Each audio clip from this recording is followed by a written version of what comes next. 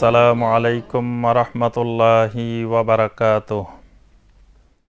আলহামদুলিল্লাহি রাব্বিল আলামিন ওয়াসসালাতু ওয়াসসালামু আলা সাইয়্যিদিল মুরসালিন ওয়া আলা আলিহি ওয়া আসহাবিহি আজমাইন ওয়া মান তাবিআহুম বিইহসানিন ইলা ইয়াউমিদ্দিন।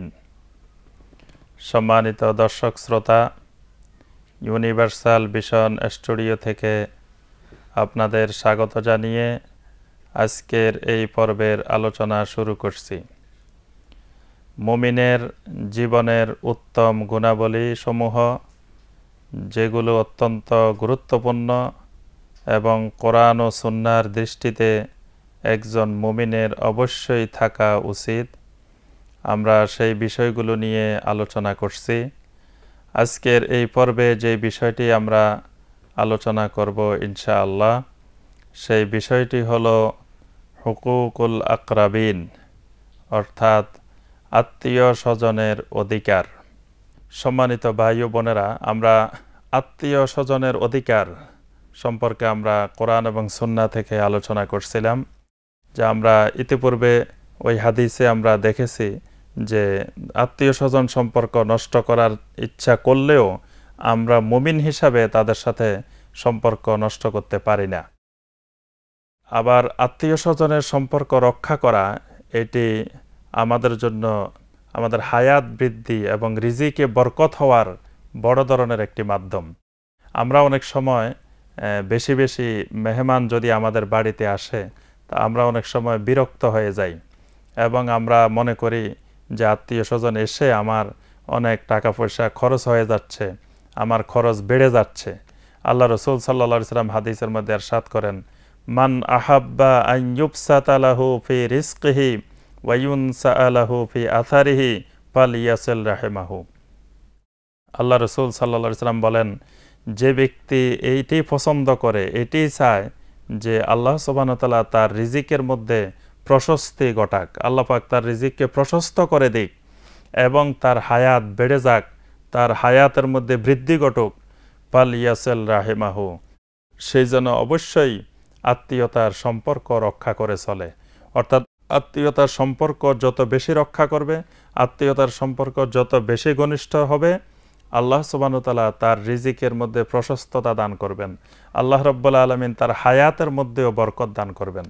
অর্থাৎ আত্মীয় স্বজন তার প্রতি সন্তুষ্ট হয়ে তারা আল্লাহ সুবহানাহু ওয়া তাআলার কাছে তার জন্য দোয়া করতে থাকবেন, আর আল্লাহ সুবহানাহু ওয়া তাআলা তার রিজিকের প্রশস্তি ঘটিয়ে দিবেন এবং তার হায়াতের মধ্যেও আল্লাহ রাব্বুল আলামিন বরকত দান করবেন। আমরা দেখি আবু তালহা রাদিয়াল্লাহু তাআলা আনহু নামে নবী সাল্লাল্লাহু আলাইহি ওয়াসাল্লামের একজন সাহাবী ছিলেন। এই সাহাবী অনেক সম্পদের মালিক ছিলেন। মদিনার আনসার সাহাবীদের মধ্যে আবু তালহা রাদিয়াল্লাহু তাআলা আনহু সবচেয়ে ধনী, সবচেয়ে বেশি সম্পদের অধিকারী সাহাবী ছিলেন। মসজিদে নববীর সামনে তার একটি কূপ ছিল, যে কূপটির নাম ছিল বিইরে বাইরুহা। আবু তালহা রাদিয়াল্লাহু তাআলা আনহু এই কূপটিকে অত্যন্ত পছন্দ করতেন, অত্যন্ত ভালোবাসতেন এবং নবী সাল্লাল্লাহু আলাইহি সাল্লাম মাঝে মধ্যে সাহাবায়ে কেরামদেরকে নিয়ে এই বিইরে বাইরুহার কাছে যেতেন এবং সেখান থেকে নবী সাল্লাল্লাহু আলাইহি সাল্লাম অনেক সময় এই বিইরে বাইরুহা থেকে পানি পান করতেন।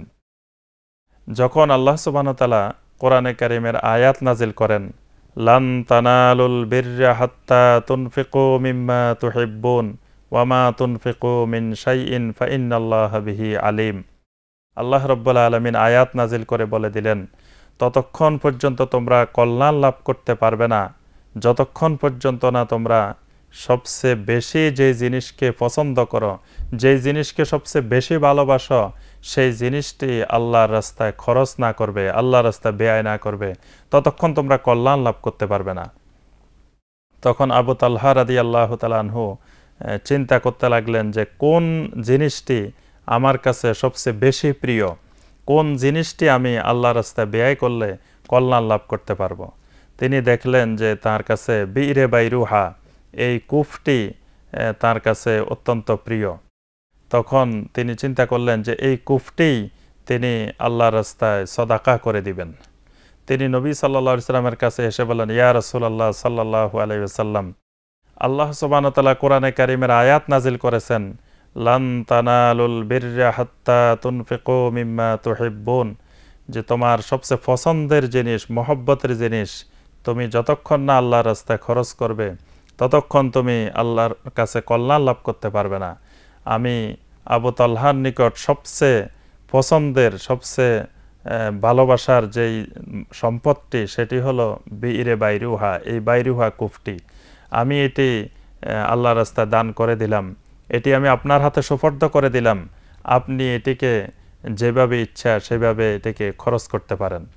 আল্লাহ রসুল সাল্লাল্লাহু আলাইহি ওয়াসাল্লাম বললেন যে তোমার এটি আল্লাহর জন্য সদাকা হিসাবে গণ্য হবে, তবে আমি আল্লাহ রসুল হিসাবে যেটি মনে করি যে তুমি আনতাজআলাহা ফিল আকরাবিন, যে তুমি এটিকে এইভাবে সদাকা না করে তুমি তোমার আত্মীয় স্বজনের মধ্যে যদি বন্টন করে দাও, আত্মীয় স্বজনের জন্য যদি দান করে দাও, তাহলে এটি তোমার জন্য আরও বেশি কল্যাণকর হবে। হাদিসের মধ্যে এসেছে, তখন আবু তালহা রাদিয়াল্লাহু তাআলা আনহু ফাকাসসামাহু বাইনা বানি আম্মিহি, তখন আবু তালহা রাদিয়াল্লাহু তাআলা আনহু তার এই কুফটিকে তার চাচাতো ভাইদের মধ্যে, আত্মীয় স্বজনের মধ্যে তিনি বন্টন করে দিলেন।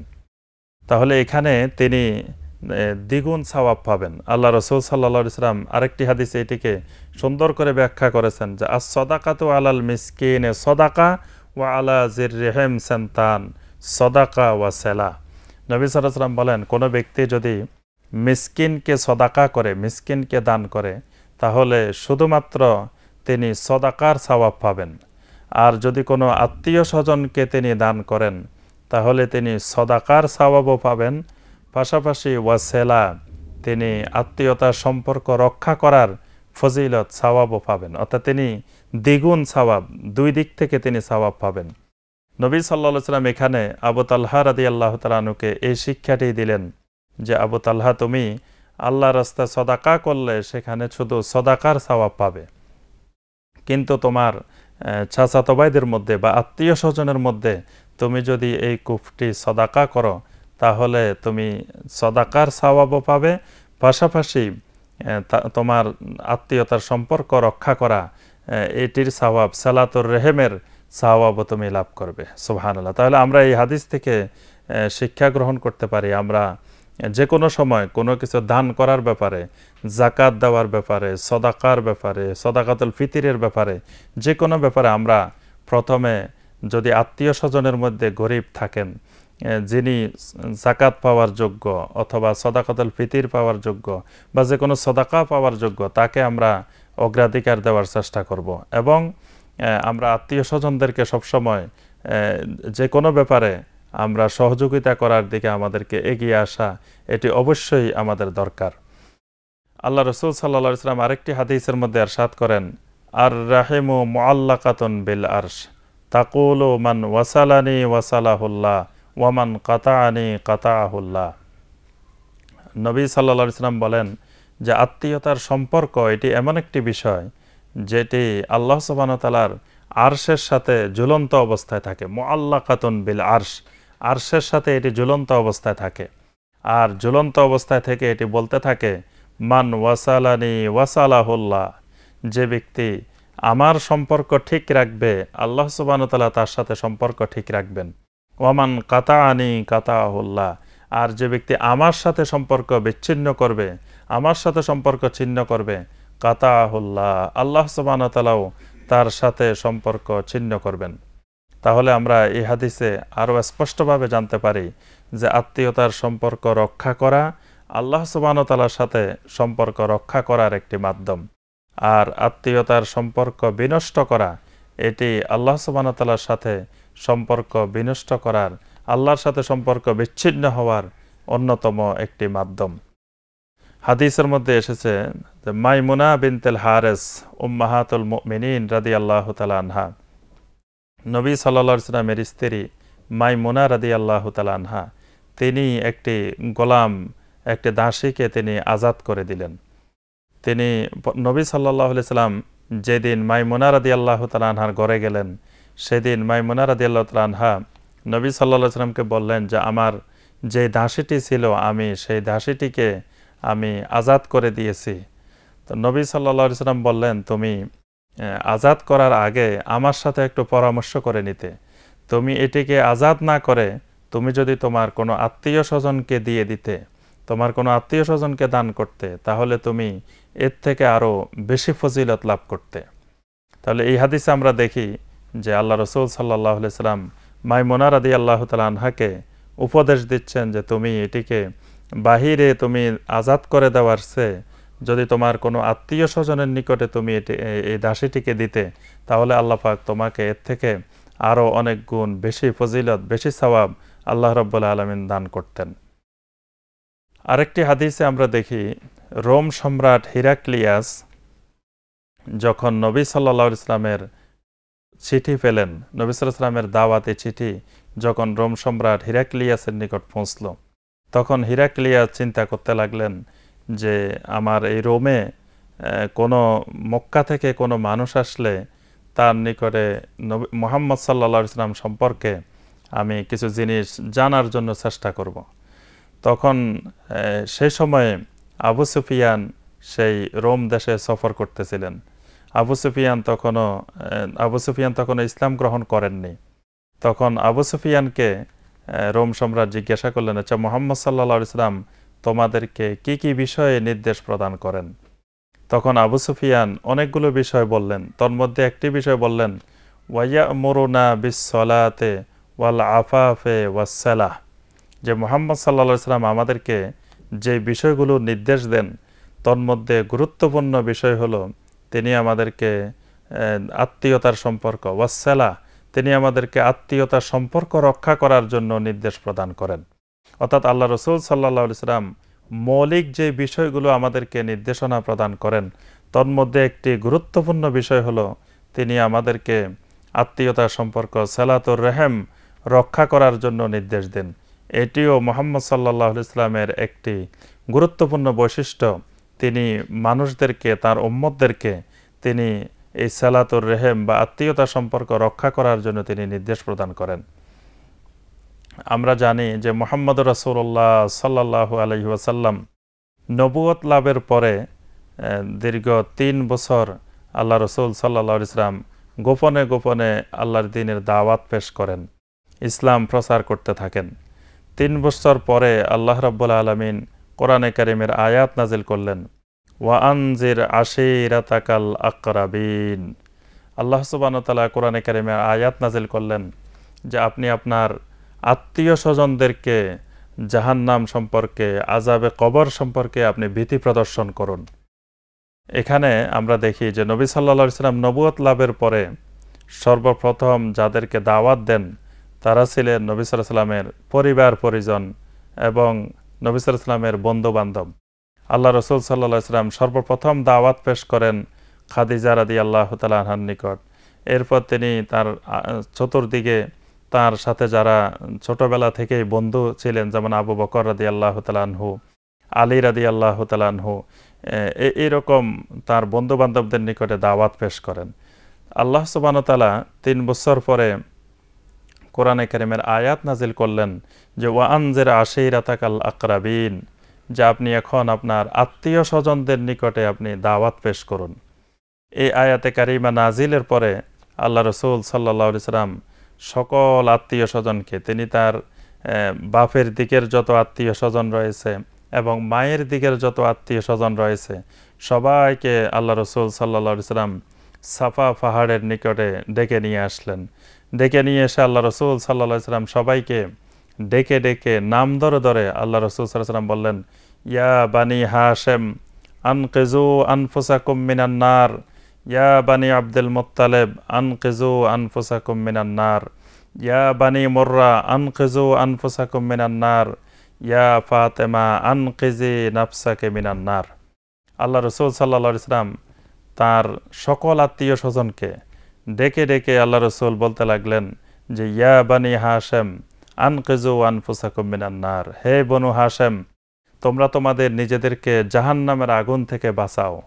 ইয়া বানি আব্দুল মুত্তালিব আনকিজু আনফুসাকুম মিনান নার, হে বনু আব্দুল মুত্তালিব তোমরা তোমাদের নিজেদেরকে জাহান্নামের আগুন থেকে বাঁচাও। ইয়া বানি মুররা আনকিজু আনফুসাকুম মিনান নার, হে বনু মুররা তোমরা তোমাদের নিজেদেরকে জাহান্নামের আগুন থেকে বাঁচাও। এমনকি নবী সাল্লাল্লাহু আলাইহি সাল্লাম তার নিজের মেয়ে ফাতেমাকেও লক্ষ্য করে আল্লাহ রাসূল সাল্লাল্লাহু আলাইহি সাল্লাম বলেন, ইয়া ফাতেমা আনকিজি নাফসাকে মিনান নার, হে ফাতেমা তুমি তোমার নিজেকে নিজে জাহান্নামের আগুন থেকে রক্ষা করো। ফা ইন্নী লা আমলিকু লাকুম মিনাল্লাহি শাইআ, যে আমি তোমাদের জন্য কিয়ামতের ময়দানে কিছুই করার মালিক নই। অর্থাৎ তোমরা যদি নিজেরা নিজেদেরকে জাহান্নামের আগুন থেকে রক্ষা না করো, তোমরা যদি ঈমান না আনো, তোমরা যদি তাওহীদ গ্রহণ না করো, তাহলে কিয়ামতের ময়দানে আমি তোমাদের জন্য কিছুই করার মালিক নই। তবে আল্লাহ রাসূল সাল্লাল্লাহু আলাইহি সাল্লাম সাথে সাথে এই কথাটিও তাদেরকে বলেন যে ওয়ালাকিন্নী মাআকুম রাহিমুন সাআবুল্লুহা বিবালালিহা। আল্লাহ রাসূল সাল্লাল্লাহু আলাইহি সাল্লাম বলেন, তবে তোমাদের সাথে আমার একটি আত্মীয়তার সম্পর্ক রয়েছে। তোমরা যদি ঈমান নাও আনো, তবুও আমি আত্মীয়তার সম্পর্ক তোমাদের সাথে ছিন্ন করব না। আমি তোমাদেরকে আত্মীয়তার সম্পর্ক রক্ষা করেই চলব। তাহলে এখানে আমরা দেখি যে আল্লাহ রাসূল সাল্লাল্লাহু আলাইহি সাল্লাম আত্মীয় স্বজনকে আল্লাহর দ্বীনের দাওয়াত, তাওহীদের দাওয়াত পেশ করেছেন, কিন্তু সাথে সাথে তিনি আত্মীয়তার সম্পর্ক ছিন্ন করেন নাই। আত্মীয়তার সম্পর্ককে ঠিক রেখেই আল্লাহ রাসূল সাল্লাল্লাহু আলাইহি সাল্লাম আল্লাহর দ্বীনের দাওয়াত পেশ করেছেন। এবং এইটাই নবী সাল্লাল্লাহু আলাইহি সাল্লামের আম্বিয়া আলাইহিমুস সালামের দাওয়ার সুন্নত রীতি, যে প্রথমে নিজের পরিবার পরিজনের নিকটে দাওয়াত পেশ করতে হবে, এরপরে আত্মীয় স্বজনের নিকটে দাওয়াত পেশ করতে হবে। আমরা দেখা যায় যে অনেক সময় নিজের পরিবার পরিজনকে আল্লাহর দ্বীনের দাওয়াত না দিয়ে, নিজের আত্মীয় স্বজনদেরকে আল্লাহর দ্বীনের দাওয়াত না দিয়ে, প্রতিবেশীদেরকে আল্লাহর দ্বীনের দাওয়াত না দিয়ে আমরা হয়তো অনেক দূরে গিয়ে অন্য জায়গায় অন্যদেরকে দাওয়াত দেওয়ার চেষ্টা করি। কিন্তু আম্বিয়া আলাইহিমুস সালামের সুন্নাহ পদ্ধতি হলো আমরা নিজের পরিবার পরিজন, প্রতিবেশী, আত্মীয় স্বজনকে আল্লাহর দ্বীনের দাওয়াত দেওয়া। আল্লাহ রাসূল সাল্লাল্লাহু আলাইহি সাল্লাম স্পষ্ট ভাষায় বলে দিয়েছেন, লা ইয়াদখুলুল জান্নাতা কাতে, আত্মীয়তার সম্পর্ক ছিন্নকারী জান্নাতে প্রবেশ করবে না।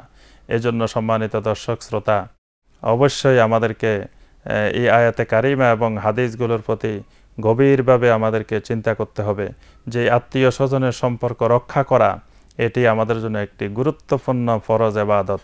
আমরা অনেক সময় ফরজ ইবাদতের প্রতি এত গুরুত্ব দিই না। এজন্য আমাদেরকে অবশ্যই গুরুত্ব দিয়ে আত্মীয় স্বজনের অধিকার রক্ষা করতে হবে। আল্লাহ পাক আমাদের সবাইকে আত্মীয় স্বজনের অধিকার রক্ষা করার তৌফিক দান করুন। আমিন ইয়া রাব্বাল আলামিন। আসসালামু আলাইকুম ওয়া রাহমাতুল্লাহি ওয়া বারাকাতুহু।